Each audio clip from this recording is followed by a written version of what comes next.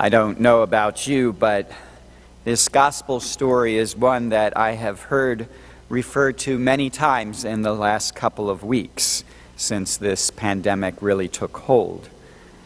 And even Patricia Cujo, in her testimony before our Sunday Mass, spoke of this story.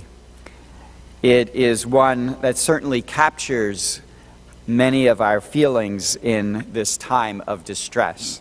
And so it seems only appropriate that Pope Francis would choose this reading as one to be offered for a Mass in time of pandemic.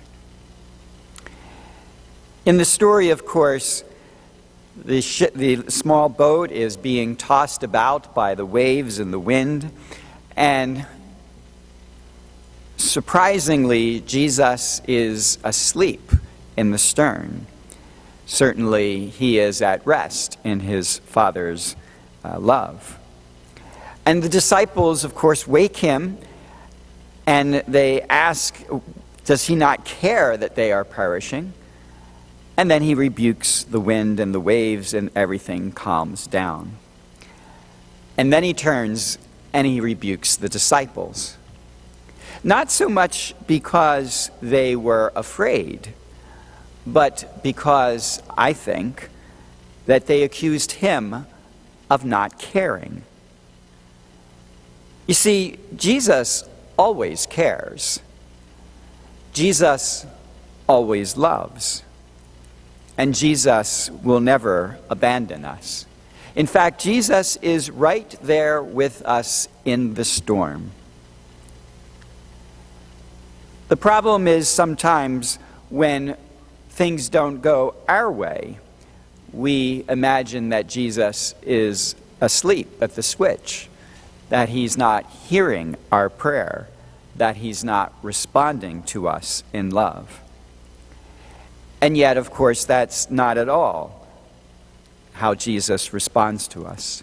Jesus joins us in our distress, and Jesus rests in the love and faith of our God. And it's really that faithfulness that brings him the peace and confidence that he has, and it's that faithfulness that can bring us the same calm and peace during times of distress. Our first reading from the book of Lamentations expresses the importance of faithfulness. Not so much our faithfulness, but God's faithfulness to us. The writer is honest in his distress about how his life is going. But in that distress, he has reason to hope, because he understands and recognizes God's faithfulness to us all. He recognizes that God's mercies are not spent, that the favors of the Lord are not exhausted, but that with each morning, a new opportunity arises to experience God's mercy. And so that is the attitude that we are called to take during this time of pandemic. Not to deny our feelings, not to ignore our distress, but to remain confident that through it all, God is faithful to us. For great is thy faithfulness. Great is thy faithfulness. Morning by morning, new mercies I see. All I have needed, thy hand hath provided.